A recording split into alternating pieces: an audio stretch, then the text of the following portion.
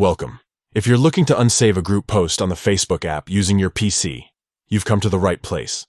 Facebook updates can make things look a little different, so this guide will walk you through the new and easy steps to unsave any group post quickly and efficiently. First off, let's get started by opening the Facebook app on your PC. You'll want to make sure you're using the most recent version of the app to see all the latest features and layout.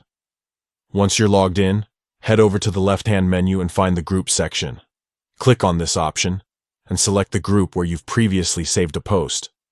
Once you're inside your group, it's time to locate the exact post you've saved. There are a few ways to do this. You can scroll through the feed until you spot it, or you can head to the Saved section in your left-hand menu to bring up all your saved posts at once. When you've found the group post you want to unsave, it's just a few more simple steps. Move your cursor over the post and look for the 3 dots in the upper right corner of the post. This is your menu for extra options related to that post. Go ahead and click on those 3 dots. A new menu will pop up with several choices.